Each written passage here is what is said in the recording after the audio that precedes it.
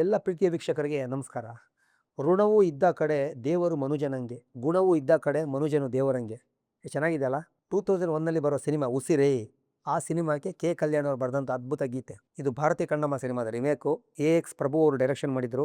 Rockline Venkateshwara production.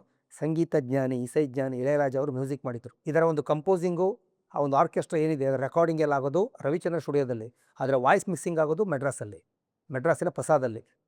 2 ಕಡೆ ಕೆಲಸ ಮಾಡಿದ್ದಾರೆ. ಇಲ್ಲೇ ರವಿ ಸರ್ ಸ್ಟುಡಿಯೋ ಆಗಿರುತ್ತೆ ಆವಾಗ ಈಶ್ವರಿ, ಅಲ್ಲೇ ಎಲ್ಲ ಅದು ಕ್ರಿಯೇಟ್ ಮಾಡೋದು. ಆದರೆ ಅದರ ವಾಯ್ಸ್ ಮಿಕ್ಸಿಂಗ್ ಎಲ್ಲ ಅಲ್ಲಿ ಮಾಡ್ತಾರೆ ಮೆಡ್ರಾಸಲ್ಲಿ. ಯಾಕೆಂದರೆ ಇಳೆಯರಾಜ ಅವರು ತುಂಬ ಬ್ಯುಸಿ ಇರ್ತಾರಲ್ಲ, ಹಾಗಾಗಿ ಇಲ್ಲಿ ಮತ್ತೆ ಬರೋಕ್ಕಾಗಲ್ಲ, ಟೈಮ್ ತೊಗೊಂಡು ಮಾಡಿರ್ತಾರೆ. ಕಲ್ಯಾಣ್ ಅವರು ಹಾಡು ಬರೆಯೋದಿಲ್ಲಿ, ಇದು ಸ್ವಾರಸ್ಯ. ಇಲ್ಲಿ ಎಲ್ಲೂ 4 ಗೋಡೆಗಳ ಮಧ್ಯೆ ಬರೆದಿದ್ದಲ್ಲ, ಮತ್ತೆ ಇಲ್ಲಿ ಪ್ರಕೃತಿ ಮಧ್ಯೆನೂ ಅಲ್ಲ, ದೇವಸ್ಥಾನದಲ್ಲೂ ಅಲ್ಲ, ಮನೆಯಲ್ಲೂ ಅಲ್ಲ, ಇನ್ನೆಲ್ಲಿ ಶತಾಬ್ದಿ ಎಕ್ಸ್ಪ್ರೆಸ್ಸಲ್ಲಿ ಬರೆಯೋದು. ಇಲ್ಲಿಂದ ಚೆನ್ನೈಗೆ ಕಲ್ಯಾಣ್ ಅವರು ಶತಾಬ್ದಿಲಿ ಹೋಗ್ತಾರೆ. ರಾಕ್ಲೈನ್ ಅವರು ಫ್ಲೈಟೇ ಬುಕ್ ಮಾಡ್ಕೊಡ್ತೀನಿ ಅಂತಾರೆ. ಬೇಡ ನಂಗೆ ಬೇಗ ರೀಚ್ ಆಗಿಬಿಡ್ತೀನಿ, ಹಾಡು ಬರ್ದಿಲ್ಲ, ನಾನು ಟ್ರೈನಲ್ಲೇ ಹೋಗ್ತೀನಿ, ಬುಕ್ ಮಾಡ್ಕೊಡಿ ಸಾಕು ಅಂತಾರೆ.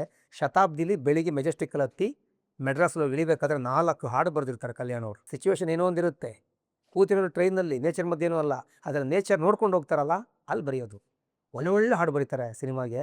ಚಂದ್ರಿ ನೀ ಚಂದ ಚಂದ ಅಂತ ಒಂದು ಹಾಡು, ಚಿಲಿಪಿಲಿಯಲ್ಲಿ ಚಿಲಿಪಿಲಿ ಅನ್ನುವಂಥ ಒಂದು ಹಾಡು, ನೇಚರ್ದೊಂದು ಹಾಡು, ಪ್ರೀತಿಸುವೆ ಪ್ರೀತಿಸು ಬಾ ಅಂತ ಒಂದು ಹಾಡು, ಮುತ್ತು ಹೇಳೋ ಮಾತಿದು ಅಂತ, ಮಜುನು ಅಲೆದ ಮರುಭೂಮಿ ಅಂತ, ಇಷ್ಟು ಒಳ್ಳೆ ಹಾಡುಗಳಿತ್ತು. ಇಲ್ಲಿ ಚಿತ್ರಮ್ಮ ಅವರು, ಯೇಸುದಾಸ್ ಅವರು, SPB ಅವರು, ಮನೋ, ಭವತಾರಿಣಿ ಇಳೆಯರಾಜರ ಮಗಳು ಎಲ್ಲ ಹಾಡಿದ್ದಾರೆ. ತುಂಬ ಒಳ್ಳೊಳ್ಳೆ ಹಾಡುಗಳಿತ್ತು ಸಿನಿಮಾದಲ್ಲಿ. 4 ಹಾಡನ್ನ ಟ್ರೈನ್ಲಿ ಹೋಗಿ ಬರೆದು ಬಿಡ್ತಾರೆ ಅವರು, ಜರ್ನಿಲೇ ಬರೆದು ಬಿಡ್ತಾರೆ. ಆಮೇಲೆ ಅಲ್ಲೋಗಿ ಮಿಕ್ಕಿದೊಂದು ಹಾಡು ಬರೀತಾರೆ. ಇಳೆಯರಾಜ ಅವರಿಗೆ ಕಲ್ಯಾಣ್ ಸರ್ ಮೇಲೆ ಭಾರಿ ಪ್ರೀತಿ. ಯಾಕಂದರೆ ಅವರು ನಮ್ಮೂರ ಮಂದಾರ ಹೂವೆ, ಪ್ರೇಮರಾಗ, ಹಾಡು ಗೆಳತಿ ಇದೆಲ್ಲ ವರ್ಕ್ ಮಾಡಿದ್ರಿಂದ ಅವರು ಚೆನ್ನಾಗಿ ಬರೀತಾನೆ. ಅವನು ಪಕ್ಕದಲ್ಲೇ ಕೂರಬೇಕು ಅಂತೇನಿರಲ್ಲ, ಇಲ್ಲಾಂದರೆ ಪಕ್ಕದಲ್ಲೇ ಕೂರಿಸ್ಕೊಳ್ಳೋರು. ನಮ್ಮೂರ ಮಂದಾರ ಹಂಗಾಗಿತ್ತು, ಪಕ್ಕದಲ್ಲೇ ಕೂರಿಸಿ ಬರೆಸಿದ್ದು. ಅಲ್ಲಿ ಒಂದೊಂದು ಪದಕ್ಕೂ ಇಳೆಯರಾಜರು ಬಿಟ್ಕೊಡಲ್ಲ, ಚೇಂಜ್ ಮಾಡಿಸ್ತಾರೆ.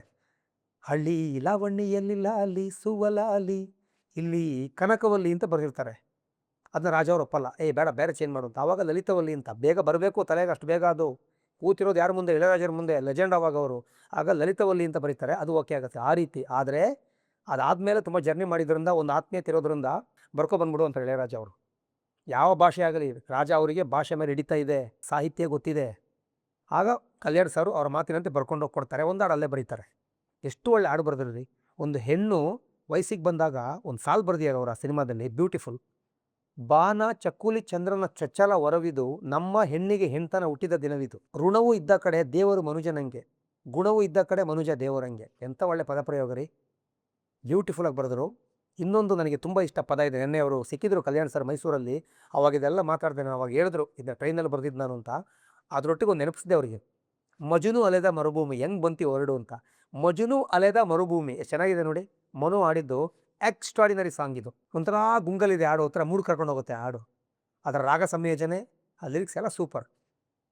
ಇನ್ನೊಂದು ಪ್ರೀತಿಸುವೆ ಪ್ರೀತಿಸು ಬಾ ಅಂತ ಹಾಡಿದೆ, ಅದರಲ್ಲಿ ಕೂಡ ಒಂದು ಒಳ್ಳೆ 2 ಸಾಲು ಬರೆದಿದ್ದಾರೆ. ಅದು ಇಳೆಯರಾಜವರು ತುಂಬ ಇಷ್ಟ ಆಗಿತ್ತು. ಅವ್ರು ಹೇಳಿದ್ರು, ಆ ಸಾಲನ್ನ ಮಾರ್ಕ್ ಮಾಡಿ ಹೇಳಿದ್ರು, ರಾಜ ಅವರು ಇಷ್ಟಪಟ್ಟರು ಅಂತ. ತುಂಬ ಹೊಗಳೋದು ಕಡಿಮೆ, ಇಳೆಯರಾಜ ಅವರು ತುಂಬ ಇಷ್ಟಪಟ್ಟರು ಹೇಳ್ಬಿಡ್ತಾರೆ, ಚೆನ್ನಾಗಿ ಬರೆದಿದೆಯಪ್ಪ ಅಂತ ಹೇಳ್ತಾರೆ ಆ ಸಾಲಿಗೆ. ಜಾತಿ ಗೀತಿ ಅನ್ನೋ ಮಾತು ಪ್ರೀತಿಗೆ ಶಾಪ, ಬಡವನ ಪಾಲಿಗೆ ಅದುವೇ ದೀಪ ಅಂತ. ಶಾಪ ದೀಪ, ಆ ಪ್ರಾಸ ಎಲ್ಲ ಬಂತಲ್ಲ, ಅರ್ಥಗರ್ಭಿತವಾಗಿದೆಯಲ್ಲ, ಅದು ಇಷ್ಟ ಆಗೋಯ್ತು ನಮ್ಮ ಇಳೆಯರಾಜ ಅವರಿಗೆ.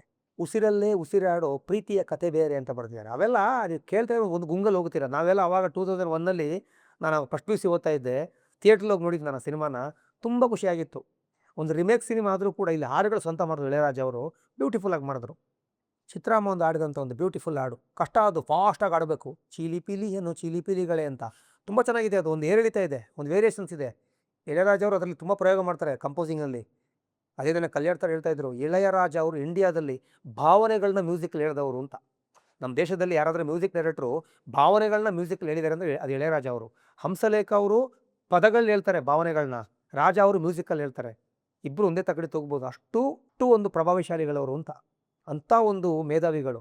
ಇವರು ಭಾವನೆಯನ್ನು ಮ್ಯೂಸಿಕಲ್ಲಿ ಹೇಳಿದ್ರೆ, ಇವರು ಲಿರಿಕ್ಸಲ್ಲಿ ಹೇಳ್ತಾರೆ ಅಂತ ನೋಡಿ, ಚೆನ್ನಾಗಿ ವರ್ಣಿಸಿದ್ರು ಕಲ್ಯಾಣ್ ಅವರು. ಹಾಗಾಗಿ ಇದು ಹೇಳಬೇಕಿತ್ತು ನಿಮಗೆ. ಇದರ ಕಂಪೋಸಿಂಗು ಎಲ್ಲ ಆಗೋದು ರವಿ ಸರ್ ಮನೆಯಲ್ಲೇ, ಸ್ಟುಡಿಯೋದಲ್ಲೇ, ಈಶ್ವರಿಲಿ. ಅದರ ರೆಕಾರ್ಡಿಂಗ್ ಆಗೋದು ಚೆನ್ನೈ ಪ್ರಸಾದಲ್ಲಿ. ಕಲ್ಯಾಣ್ ಸರ್ ಟ್ರೈನ್ಲಿ ಬರ್ಕೊಂಡು ಹೋಗೋದು 4 ಹಾಡು, ಒಳ್ಳೊಳ್ಳೆ ಹಾಡುಗಳು ಬರೆದರು. ರಾಜ ಅವರು ಮೆಚ್ಚಿದಂಥ ಗೀತೆಗಳಿದು. ಸಿನಿಮಾ ಒಂದು ಎವರೇಜ್ ಜೆಟ್ ಆಗುತ್ತೆ, ಆದರೆ ಹಾಡುಗಳು ತುಂಬ ಚೆನ್ನಾಗಿದೆ. ಕೇಳಿ ಒಮ್ಮೆ ಉಸಿರೇ ಹಾಡುಗಳನ್ನ ಕೇಳಿ. ಇಳೆಯರಾಜ ಅವ್ರಿಗೂ ಕಲ್ಯಾಣ್ ಅವ್ರಿಗೂ ಒಂದು ಹ್ಯಾಟ್ಸ್ ಆಫ್ ಹೇಳಿ. Thank you.